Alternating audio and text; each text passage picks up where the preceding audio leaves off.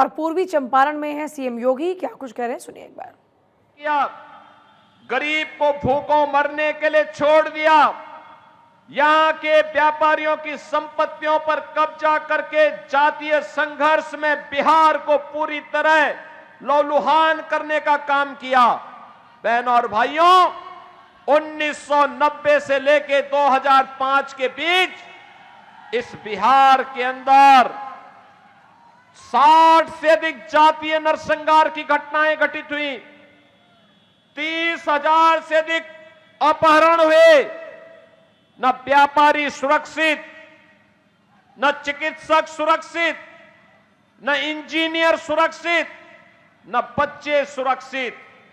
बिहार, बहनों और भाइयों, जो ये लोग लालटेन लेकर के आज फिर आए हैं, ये लालटेन नहीं, ये डकैती डालने का एक सर्टिफिकेट था इनके लिए, डकैती डालने का सर्टिफिकेट।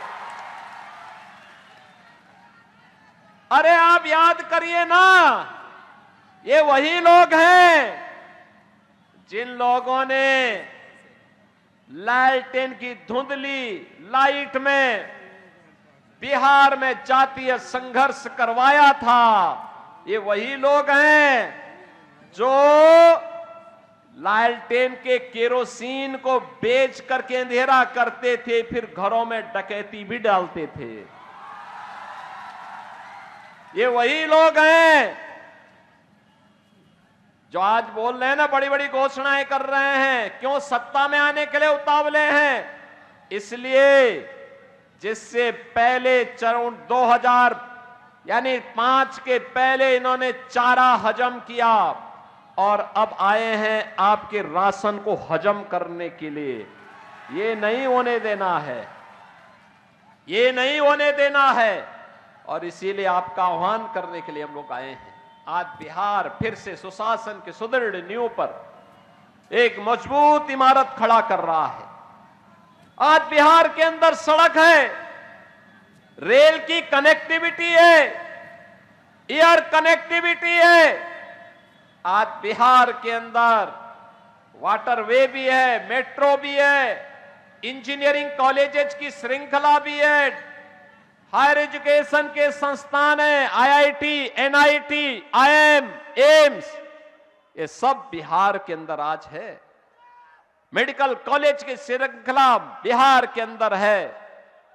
आज बहनों और भाइयों, मैं खास तौर पर नौजवानों से कहना चाहूंगा, याद रखना, सुशासन और सुरक्षा की सुदृढ़ नींव पर ही निवेश होगा और निवेश में ही रोजगार आएगा। अच्छी सरकार ही नौकरी देगी, वैसे ही देगी जैसे उत्तर प्रदेश के अंदर हम लोगों ने 8 वर्ष के अंदर 8.5 लाख नौजवानों को सरकारी नौकरी दी है।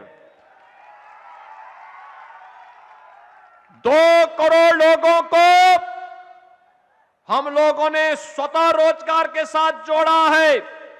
1 करोड़ 60 लाख नौजवानों को हमने उत्तर प्रदेश के अंदर जो निवेश हुआ है डबल इंजन सरकार के कारण, सुरक्षा और सुशासन के कारण, उसके कारण ही हम लोग वहां पे रोजगार देने में सफल हुए हैं। आज यूपी में नौजवान पलायन नहीं करता क्योंकि रोजगार उसके गांव में, उसके घर में, उसके जिले में, उसके प्रदेश में है। और यही तो एनडीए आपके बिहार में करने के लिए कृत संकल्पित है। एनडीए ने यही कहा है, हमने बिहार बदला है, हम बिहार बदलेंगे, बिहार के स्वर्णिम को लेकर के आएंगे। और यही मोदी जी का संकल्प है, यही नीतीश बाबू का संकल्प है। बहनों और भाइयों, ये लोग नौजवानों के रोजगार पर डकैती डालेंगे, ये लोग गरीबों के राशन पर डकैती डालेंगे, ये लोग किसानों को मिलने वाली किसान सम्मान निधि को भी हड़प जाएंगे। इसलिए कांग्रेस और आरजेडी के इस गठबंधन को नकारना है। और इसलिए मैं आपसे अपील करने के लिए आया हूं, याद करना, मोदी जी के नेतृत्व में आज भारत में विरासत भी है तो विकास भी है। याद करिए, याद करिए विरासत का सम्मान कैसे होना चाहिए।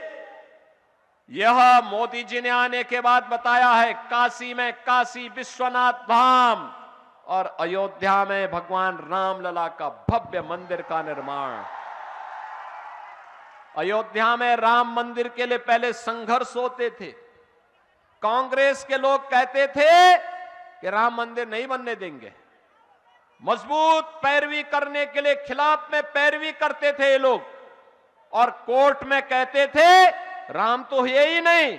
अरे राम नहीं हुए तो मां जानकी और महर्षि वाल्मीकि को भी ये लोग झुठलाने का कार्य कर रहे थे। रामायण जैसे पवित्र ग्रंथ को भी झुठलाने का पाप कर रही थी कांग्रेस। आरजेडी राम मंदिर के निर्माण के रथ को रोक दी थी। इनका पार्टनर है उत्तर प्रदेश में, उसने राम भक्तों पर गोली चला करके अयोध्या को लहूलुहान किया था। लेकिन हम तब भी कहते थे कि रामलला हम आएंगे मंदिर।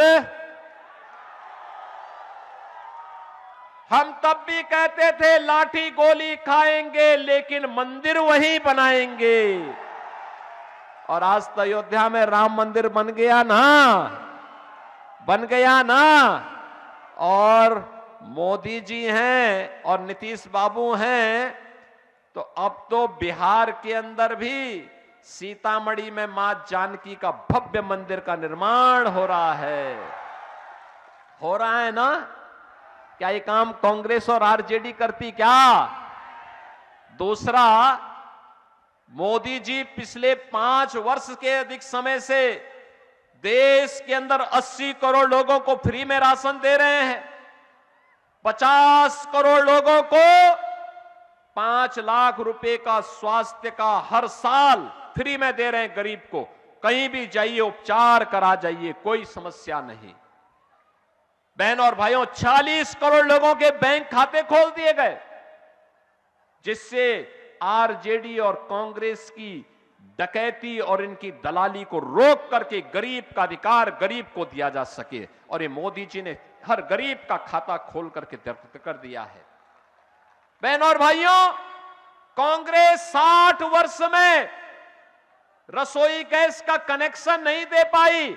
मोदी जी ने जो कांग्रेस के समय में 50,000 रुपए में भी ब्लैक होकर के व्यक्ति को खरीदना पड़ता था, मोदी जी ने रसोई गैस का सिलेंडर फ्री में कनेक्शन के साथ हर गरीब को उपलब्ध करवा दिया।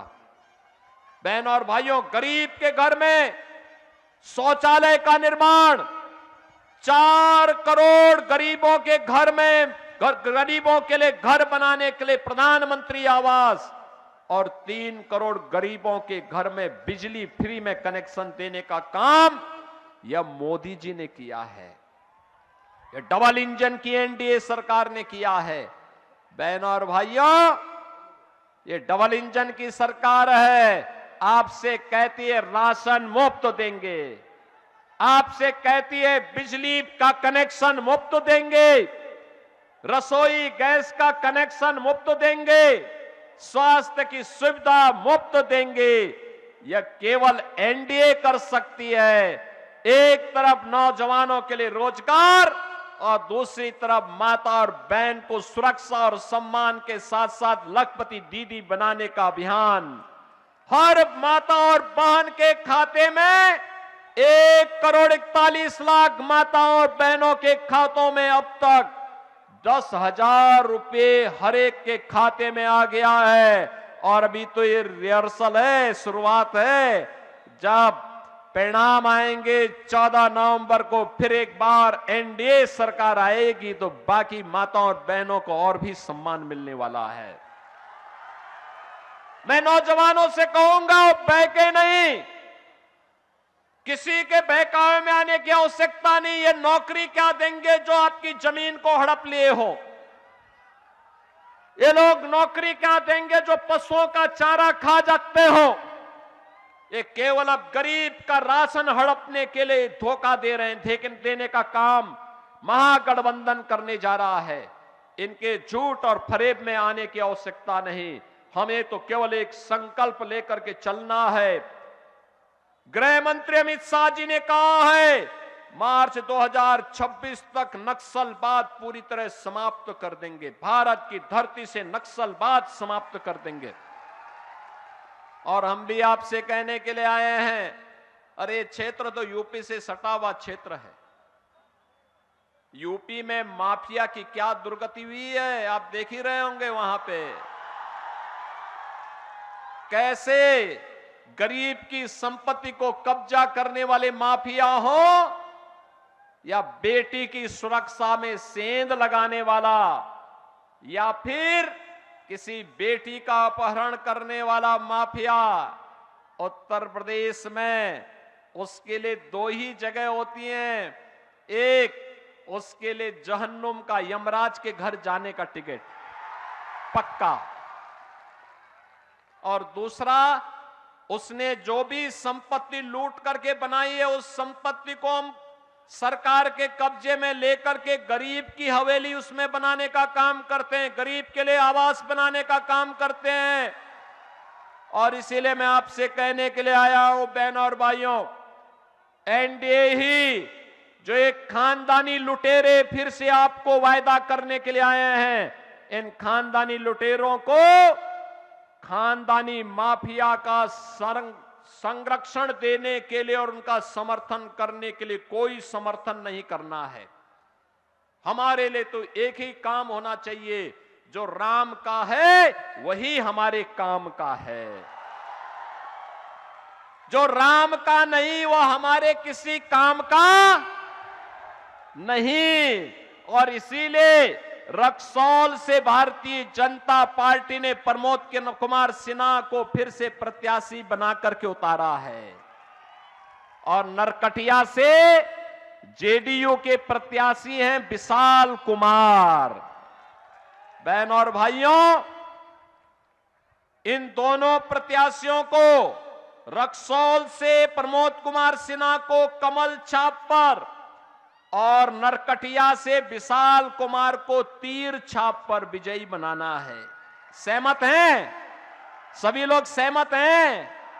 इधर पीछे पीछे पीछे पीछे जो इस सीढ़ियों में बैठे हुए हैं, पेड़ों पर चढ़े हैं, बाउंड्री वाल के पीछे हैं, फील्ड कम पड़ गया है, मैं जानता हूं फील्ड कम पड़ गया है, तो पीछे भी है, मैं तो देख ही रहा हूं सब लोगों को पीछे, और पेड़ के ऊपर भी जो लोग चढ़े हैं सभी लोगों को मैं देख रहा हूं।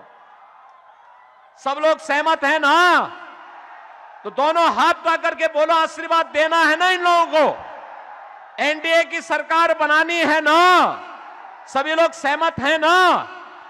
तो फिर याद करना 11 को चुनाव है, और इस दौरान घर घर जाकर के मोदी जी का, नीतीश बाबू का और मेरा संदेशा देना कि हमें एनडीए को जिताना है, जिससे नौजवान को नौकरी और रोजगार दिया जा सके, माता और बहनों को सम्मान दिया जा सके, और बिहार को स्वर्णिम और समृद्ध बिहार बनाया जा सके।